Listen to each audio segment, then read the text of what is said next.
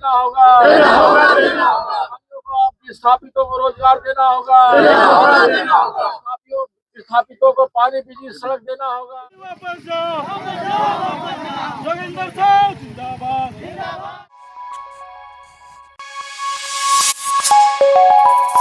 देख सकते हैं खेत का पूरा ब्लैक हो गया, पेड़ का पूरा ब्लैक हो गया। 400 किया यहाँ पार हो जा रहा है, लेकिन कोई संज्ञान लेने वाला नहीं है। हमने 18 सूत्री मांग सौंपा है और ये संविधान के विरुद्ध यह खनन हो रहा है।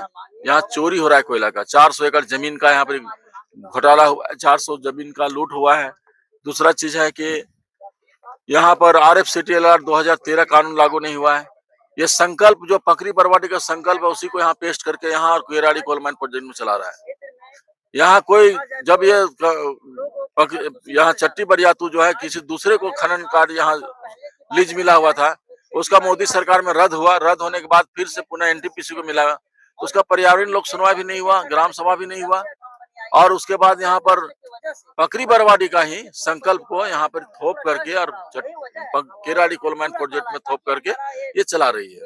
आपको मैं पेपर भी प्रोवाइड कर दूंगा, पारा 2 में आप देख लीजिए, ये स्पष्ट है। और वो संकल्प भी जो है जो ये अवैध है, क्योंकि ये चुनाव का घोषणा जब हो चुका था तब वो संकल्प आया। हमने संकल्प को चैलेंज किया, हाईकोर्ट में रिट किया है, नोटिस भी हो चुका है, जवाब इन लोग कुछ नहीं दे रहा अभी तक। और यहाँ पर प्रदूषण का बहुत बड़ा इशू है।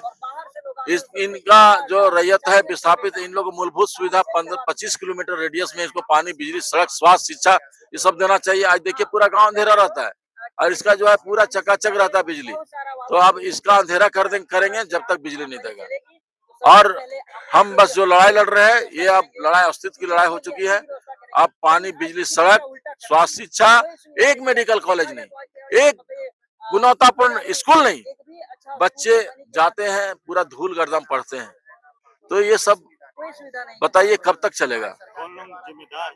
इसके जिम्मेदार मैं तो सबसे पहले सरकार को जिम्मेदार ठहराता हूँ कि सरकार जो विस्थापन आयोग का गठन कर दिया तो उसको शक्तियां देना चाहिए।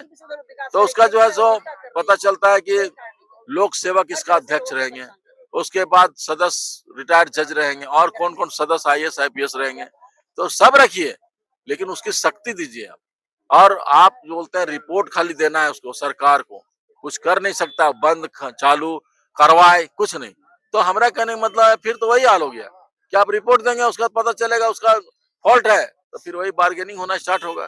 फिर कारपोरेट और ब्यूरोक्रेट और सरकार जो है मिल करके ये सब निपापोती कर देगा। जो पहले किया था अंबा प्रसाद के नेतृत्व में जो है यहाँ पर माननीय मुख्यमंत्री बनाए थे यहाँ ये कमेटी कि ये सब देखेगा हजारीबाग जिला में। वो कमेटी क्या हुआ, जब रिपोर्ट जाने लगा NTPC खिलाफ में, तो DC जब कमिश्नर साइन कर दिया, अंबा प्रसाद साइन कर दी, तो उसके बाद DC और NTPC की डी साइन नहीं किया। बोला नहीं रिपोर्ट में त्रुटि है, अलग रिपोर्ट बनाएंगे, दूसरा रिपोर्ट बनेगा। अब रिपोर्ट इन लोग DC और ED बनाया तो उसमें भी अब दोनों रिपोर्ट, दो तरह का रिपोर्ट बना। तो दोनों रिपोर्ट में ये आया कि RFCTLR 2013 कानून के तहत पेमेंट होना चाहिए। तत्कालीन उपायुक्त मुकेश कुमार जब थे 2016 में, उस समय उन्होंने लेटर पैड पर लिख करके दिया कि 2013 कानून के तहत भुगतान किया जाएगा। NTPC का अधिकारी लोग, राठी जो थे उस समय यहाँ के GM, उन्होंने लिख करके दिया कि 2013 कानून लागू होगा। कहाँ है, सब टाटा पीस हो गया। इसी चलते तीर धनुष उठाए हैं और बिरसा मुंडा के धरती को कोई लूट नहीं सकता है। अब कोयला ट्रांसपोर्टिंग, माइनिंग जो अवैध है, चोरी कर रहा है, इसको निश्चित रूप से रोका जाएगा, अवैध नहीं होने देंगे। यहाँ पुलिस प्रशासन जो भारत सरकार का अंडरटेकिंग ये कंपनी NTPC, उसको राज्य सरकार के पुलिस इतना मेहमान मंडल क्यों कर रही है भाई? खदान में घुस करके उनको कौन अधिकार दिया कि माइनिंग चालू करने का, ट्रांसपोर्टिंग चालू कर, कौन अधिकार दिया? हम आपके माध्यम से पूछना चाहते हैं। कोई लिखित आदेश दिया है क्या?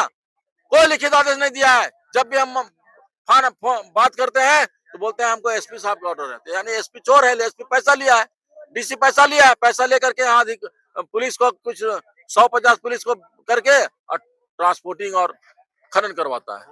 तो सरकार में भी है,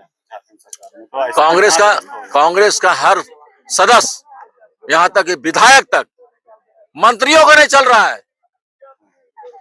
JMM